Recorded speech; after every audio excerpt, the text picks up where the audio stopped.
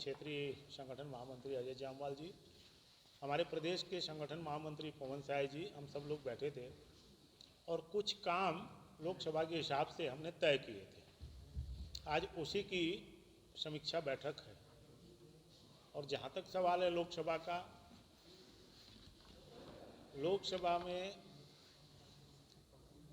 एक तरफ जहाँ केंद्र में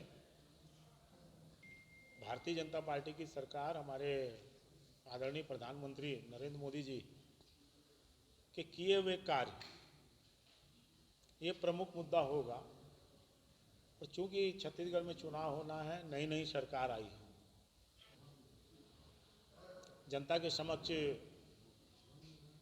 हमने कुछ वादा किया था और लगभग जो प्रमुख जितने भी वादे थे मोदी गारंटी 23 के, आप सब ने देखा होगा कि परसों जो बजट आया, उस बजट में सारे वादे जो प्रमुख थे, अभी तो बहुत से वादे हैं जो 5 साल के लिए हैं जो हमको पूरा करना है, प्रमुख सारे वादों का समावेश हमने वो इस बजट में किया है। और एक वादा तो जो हमारा सबसे बड़ा था, तारीख के शहीद था कि अटल जी के जन्म दिवस को जो सुशासन दिवस के रूप में मनाते हैं, हमारी सरकार का पिछले साल का जो 2 साल का बोनस था उसको देने का वादा था और वो वादा हमने तारीख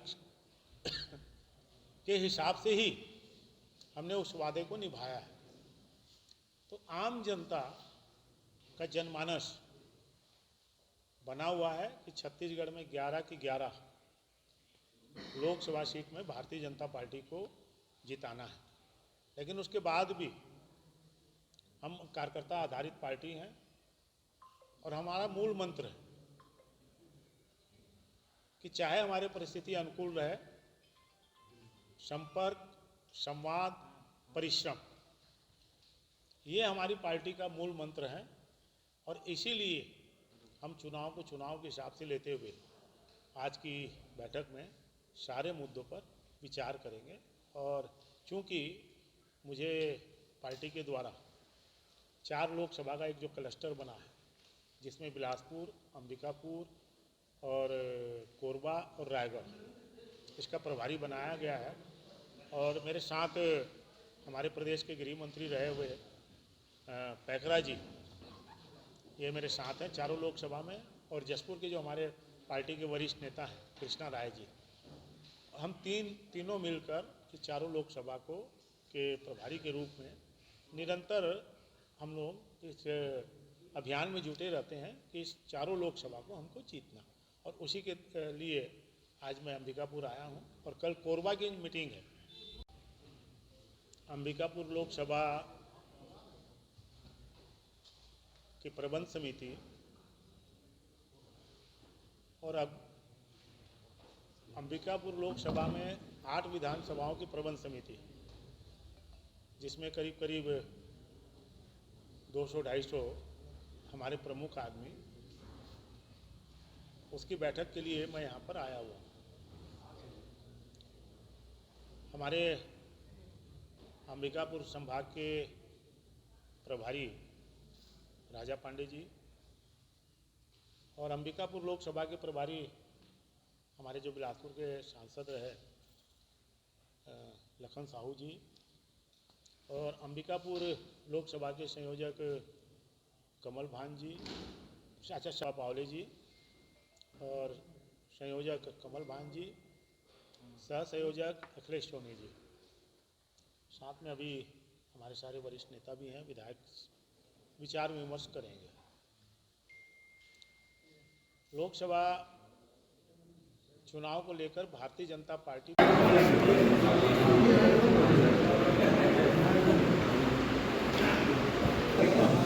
नीचे बैठ जाते हैं जी,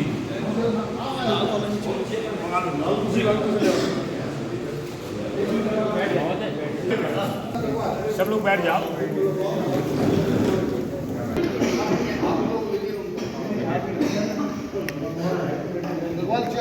आप लोगों का सेट हो गया सब?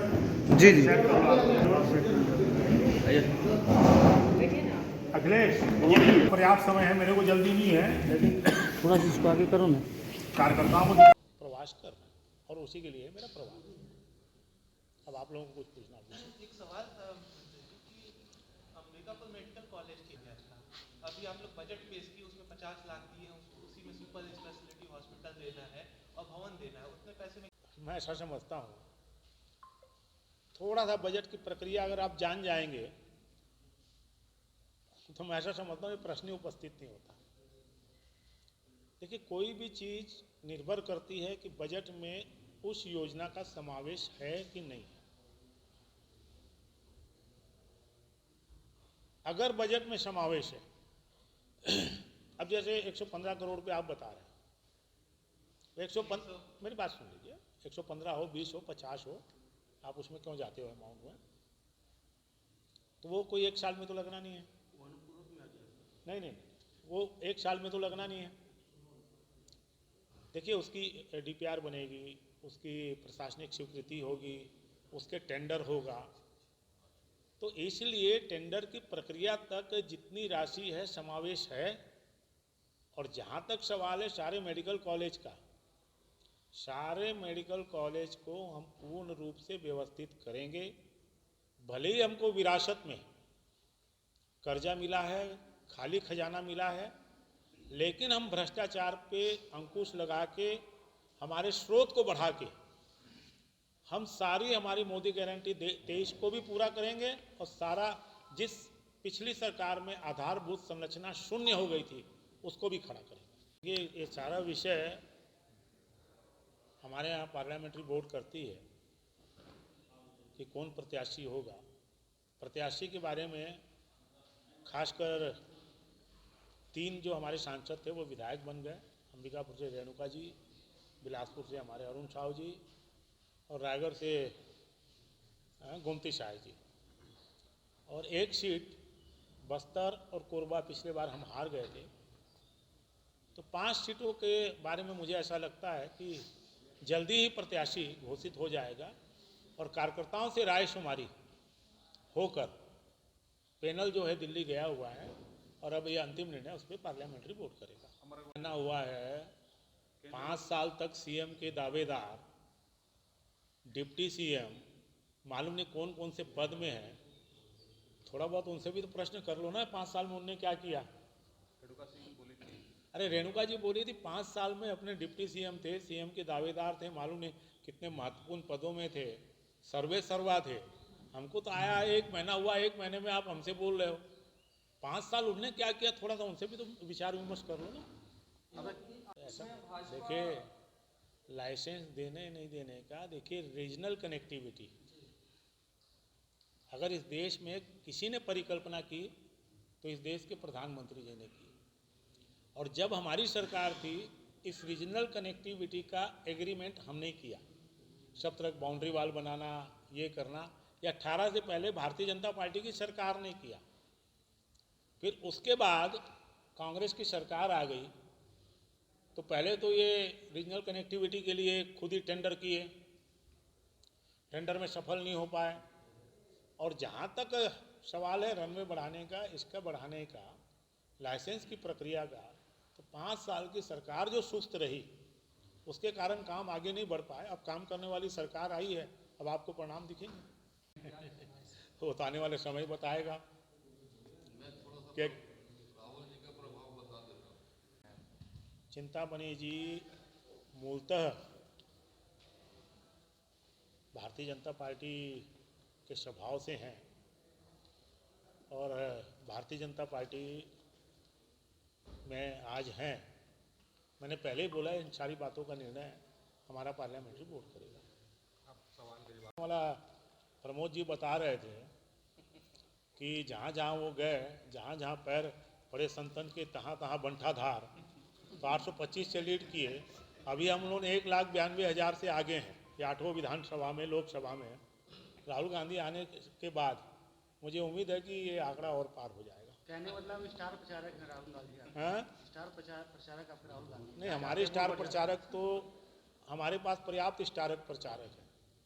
कांग्रेस के डुबाने के नायक जरूर हैं वो। और कुछ चलिए, बहुत 11 की 11। बाबा ने दावा किया है कि 5 से 6 सीट कांग्रेस लाएगी। कांग्रेस ने निर्णय किया है कि सारे बड़े नेताओं को लड़ना चाहिए, तो मैं ऐसा उम्मीद करता हूं कि उस निर्णय का सम्मान करते हुए टीएस बाबा कहीं ना कहीं से लड़ेंगे। ईवीएम पे भी सवाल किया है कि सारे देश बहुत सारे देशों में ईवीएम बंद हो रही है, तो भारत देश जैसे। अच्छा, मेरे को ये बताइए, 2018 में जब चुनाव हुए तो ईवीएम में चुनाव हुए और इनकी सरकार बनी, तो ईवीएम पे इतनी चिंता थी उस समय इस्तीफा दे देना था, नहीं ईवीएम ने गड़बड़ी कर दी, हम नहीं जीते हैं, तो ज़्यादा अच्छा होता। एक लास्ट आखिरी सवाल, एक आदिवासी नेता को बढ़ने नहीं देने के कारण भाजपा लगातार उनके ऊपर रेड करवा रही है। देखिए, कोई भी जांच होती है उसको जाति से जोड़ना वही बता रहा है कि कुछ न कुछ गड़बड़ है। और जहां तक सवाल है, देखिए स्वतंत्र एजेंसियां हैं, ये आरोप छत्तीसगढ़ में कांग्रेस लगाती रही है ईडी में, लेकिन कांग्रेस इस बात का जवाब क्यों नहीं देती कि जो लोग जेल में हैं 2-2 साल तक उनकी जमानत नहीं हो रही है।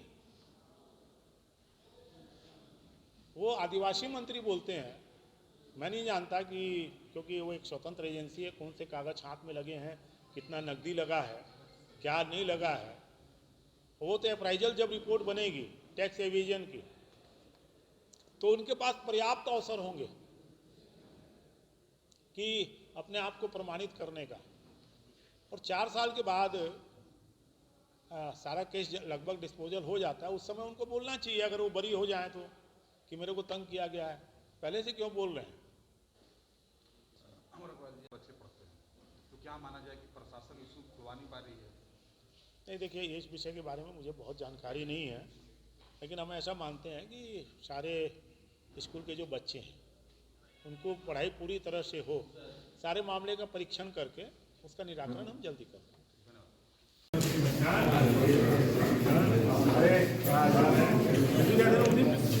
आगे अरे मैं जानता हूँ बाबा, किसी बच्चे की जरूरत है क्या?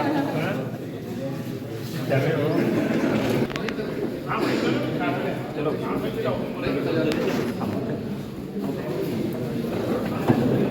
अरे